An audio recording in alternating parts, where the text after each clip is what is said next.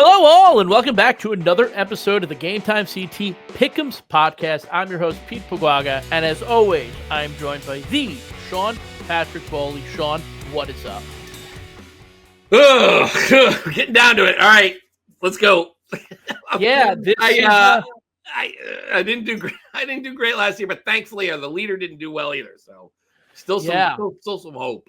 Yeah, a couple people, 4 people went 8-2 last week. The majority of us went 7-3. Will and Dan kind of were at the bottom there. The 8-ball went 4-6. As the standings go, Dave Stewart now leads with 72 right, 28 wrong. You have 69 right, 31 wrong. I have 67 right, 33 wrong. Now, this week, very thin week. There might be 20 football games this week. We're picking 10 of them. A little thin picking. Some of these games probably might be a little hard for some of the selectors. And then Thanksgiving, we will have an episode for Thanksgiving week on Tuesday morning. 20 games are on the board for us to pick, which anything can happen in those 20 games. I mean, I think one year I went 13-7 on the 20 games, and then I went undefeated in the quarterfinals. So, you try and get your points Thanksgiving week, which the Thanksgiving week, I will tell you, was really hard. You're trying to pick historic games that have, a big audience, but a lot of history, and then on the flip side, you want to pick a game that's good. That's also got playoff implications where there's a lot on the line. And there are some games that we had to cut that have historical relevancy, and some games that do have playoff implications. Did it make the list? It's a hard thing to juggle. I will say that. Let's do it. All right. So we are going to jump into week 11. Sean, you ready to go? Yeah. Yes.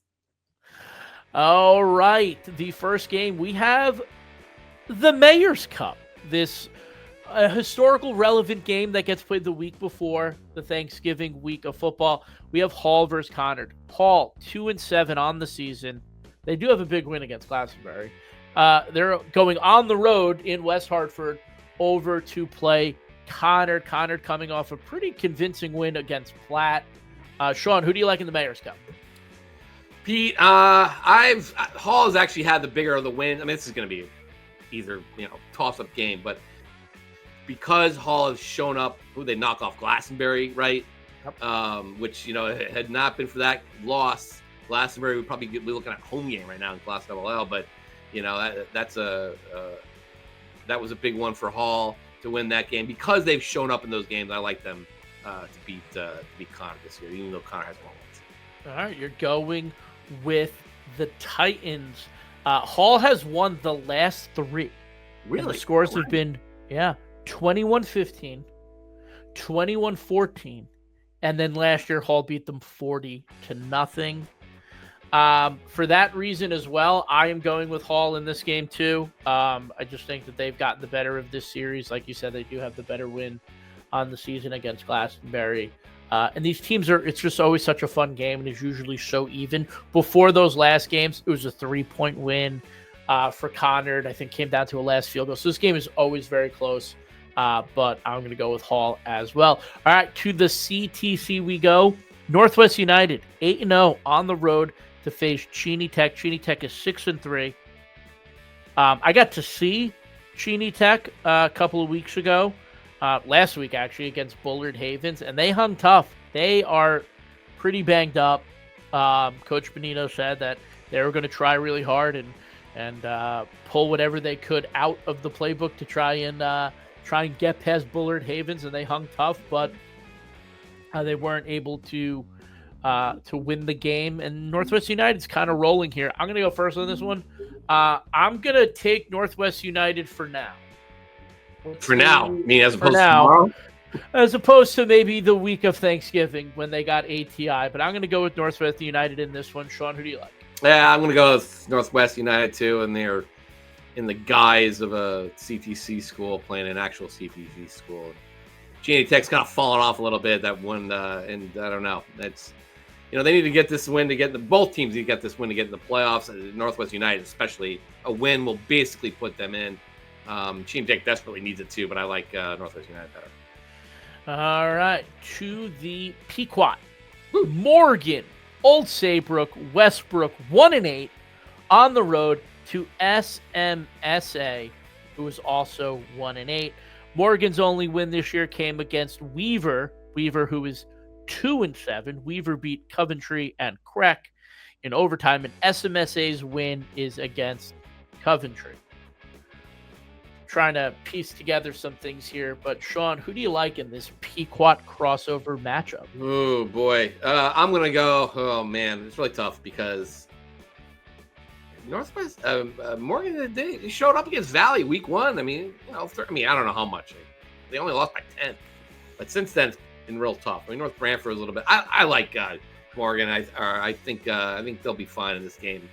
SMSA just a little bit farther from the glory days. Both these teams went into the playoffs last year, which is crazy to think, right? SMSA didn't it? Yeah, they did. Yep. It's crazy to look back at it now. We're hoping to just get one more win on it. I like Morgan in this. Yeah, I'm gonna go with Morgan as well. I don't know if you could say they have a better win, but I just like Morgan in this one. All right, to the SCC.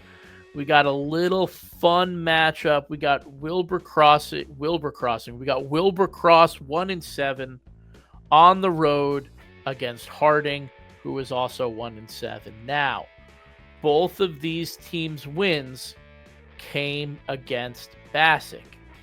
Wilbur Cross beat Bassick 50-20, and Harding beat Bassick 36-6. And the only reason I'm picking them is because I saw a couple of their players at the Bullard Havens game. I'm going to pick Harding. They were like, yo, check us out. So I'm going to go with Harding. I'm going to just pick Harding because I saw them at the Bullard Havens game, and they wanted me to pick them. So I'm going to pick Harding. All right, I'm going to pick Harding too, but I've actually seen Harding this year. I saw them play Amity, and they got some size. They got some dudes. They just need kind of something to put it all together. It didn't quite happen for them this year, but look, I mean, I like. I picked Bassick to beat Harding, and they showed me out. So I'm gonna pick Harding because I believe that they're gonna win. So there you go. Go Prez. All right. We got another CTC game. Platt Tech 4-4 on the road to Wilcox Caner Tech. Little not crossover game, but Platt Tech going for a 500 for the season. And Wilcox Caner trying to pick up some wins here at the end. Sean, who do you like in this one? Platt or Wilcox? Who is Platt's running back? He's played really well. What is his name? Killing me right now. Oh, geez. He's played pretty well. It's like on the tip of my tongue. But because of him, brother, I'm going to pick the Panthers to win this. He's been doing very well for them, so I like them to win. All right, I too am going to go with Platt Tech. Brick House, how can I remember? Brick House, he's a brick house. That's good. There you go. Sorry, Pete. Sorry, guys. All right. So we got number 1 Windsor on the road. Windsor's 9-0 on the road to play Bloomfield 7-2. The Warhawks, 2 losses came against Middletown, which we think we look back on as very interesting, and St. Joe's. I saw Bloomfield against St. Joe's. I've seen Windsor. You've seen Windsor as well this year. I'm going with the number 1 team in the state here. They got dudes. We all got dudes. I'm going with the Windsor dudes to cap off a 10-0 regular season. Sean, you've covered this game recently. Yeah, I hope to be there again. But I think Windsor's the best team in the state. I voted number 1. Manning's been great. Robinson has come back strong. They're just rolling over people. Our guy Kashmir Lewis, great. They got some dudes, man. As you said, they got dudes. They've been kind of on cruise control since that Darien game, huh? Jeez. The Maloney game, they was a little touch and go. Simsbury game was before the Darien game. But the Maloney game was pretty close at halftime, and then they kind of pulled away. But yeah, I would love to see Bloomfield show up. I mean, this game's been really tough. Bloomfield probably a year away. They're going to go to the playoffs. Both teams are going to the playoffs, doesn't it? Yeah. I'm going to go with the Warriors. Yeah, like I said, I'm going to go with Windsor too. And again, cruise control is pretty easy when you play in Tier 2 of the CCC, and Bloomfield's playing in Tier 4 of the CCC. So, anyway, not taking anything away from any of them because they both had success in the playoffs. But, yeah, anyway. All right, this one's got playoff implications. East Haven 5-3 on the road to play Hillhouse, who is also 5-3. Make sure you listen to the Meat Grinder to get the breakdowns by Sean. But this game has a lot on the line. Sean, who do you like in this one? Goodness, East Haven's really been playing well of late. Hillhouse has had its moments, man, this year. I mean, who could forget when they, if they didn't lose their guy against Hand, maybe that would have been a little bit of a different story. Because they only held Hand. The defense played pretty great. How many games is East Haven with? East Haven's back-to-back wins, granted over Wilcox and the Harding, put them in position. It's been a while since they've been in a position to maybe affect their playoff fate. I mean, they can win too. They'll be in decent shape. Go watch the Meat Grinder to find out just what they need. But that said, I'm going to go with Hillhouse here. I just think overall they just got the better resume. I mean, I think East Haven will show up. I think it'll be a good game, but just right now, I like the Academics. It would be very cool to see East Haven, kind of get back into a spot where they can get in on Thanksgiving. They've had opportunities a couple of years ago, weren't able to get over Brantford, and this is a Brantford team that I think East Haven could beat this year on Thanksgiving. But I do have a hard time seeing them get past Hillhouse. I'm going with the Academics as well, with Coach Walter Gibbs. All right, we got 3 more left. All right, we got a little FCX SEC crossover. Wilton 4-5 going on the road to play Xavier.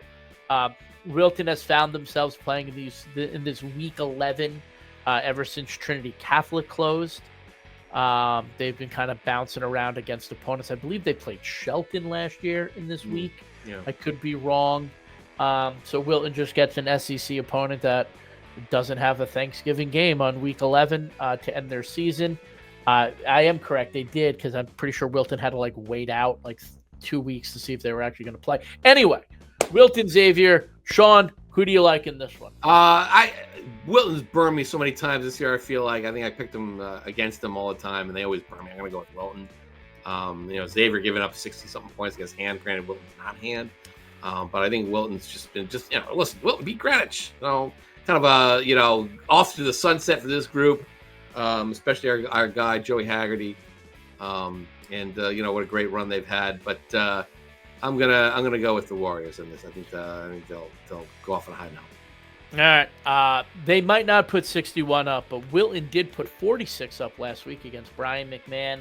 I'm going to go with Wilton in this one, too. Like you said, Joey Haggerty, our guy, go off, have a good last game of your career, and then you guys get to enjoy going somewhere to watch Thanksgiving football. But I'm going to go with Wilton in here to finish 5 and 5 here. Pete, don't you think Xavier should be playing prep on Thanksgiving? That would be a natural, right? That'd be a good one. I mean, yeah, that would be fine. Then who does West Haven play? Shelton.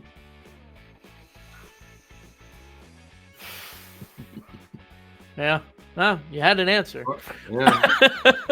Or it could be North Haven plays West Haven. How about that? And then bring Amity wants to play Shelton, right? Make that Thanksgiving. I mean, Xavier should probably play Middletown, right? Yeah, well, they did. And then Middletown said no mas. Yeah. Well, Wilton should be playing Danbury. Should be playing Ridgefield. I would love to see Middletown play Xavier again, but that was in the middle of the Xavier great run. Middletown said no mas, and then, I don't know. The late, great Jim Bransfield tried to keep that one going, but anyway. All right, we got 2 more games. This one has a lot on it. I mean, this game almost didn't really mean much, but we got East Hartford 3-6 on the road, coming in with Draven Roberts, who's still putting up bonkers numbers. Ugh. And they get Manchester, who at one point, this game, like I said, looked like it didn't mean anything when they were down 27-7 against New Britain, but they came all the way back. Joe Mungavaro, huge game for the Redhawks. And Manchester, now playoffs are still alive. They know they control their own destiny. Sean, who do you like in this one? Does Manchester get this one done? Yeah, I think Manchester pulls this one out, but they're gonna have to bring their A game on offense, man, because like you said, Roberts is gonna bring it too. They didn't bring it last week though. That was weird.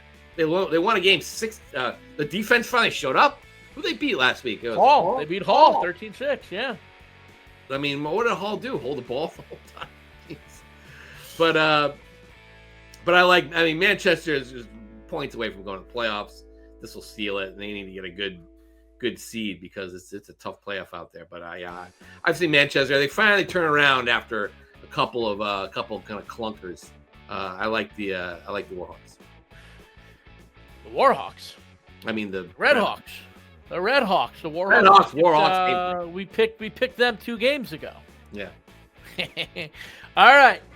To the last game, we got Middletown 3-6. We were just talking about Middletown. They're going on the road to Sage Park to play 6-3 Berlin. Berlin in that weird, very top-heavy Class M. I'll go first in this one. I think I've made you go first in the last couple, so I'll go first in this one. I don't know why, but I'm going to go with the Redcoats here. Middletown's had some. We thought that win against Bloomfield was like, oh, here we come Middletown. They just had some head-scratching losses this year. I'm going to go with what I know, and what I know is that Berlin is going to compete. They're going to play well, so I'm going with the Redcoats. Sean, who do you like? Yeah, they had a tough game the last year, granted, against the best team in the state, Berlin. But I mean, Berlin is one of those teams that knocked off Manchester. So they've done nicely after losing that stunner to Platt in week 2, and then getting pushed around by hand in that game, and have done a nice job coming back. I like the Redcoats too, Pete. All right. Well, that is it for Week 11. That's it. That's all 10 games for Week 11. Like I said, it's a thin week. We will be back next week with 20 games. I'm staring at the 20 games that we're picking. I'll tease a little. We got the Principals Cup, the Battle of the Sword, the Rumble and Trumble, the Green Bowl. There's some good games on here. We will get back to it next week for the picks, and then the picks when we get to the playoffs. We'll go into the meat grinder, and we'll do a little bit more of that talk next week and explain how everything is going to go the rest of the way. But for Sean Patrick Bowley, I'm Pete Paguaga. We'll see you guys.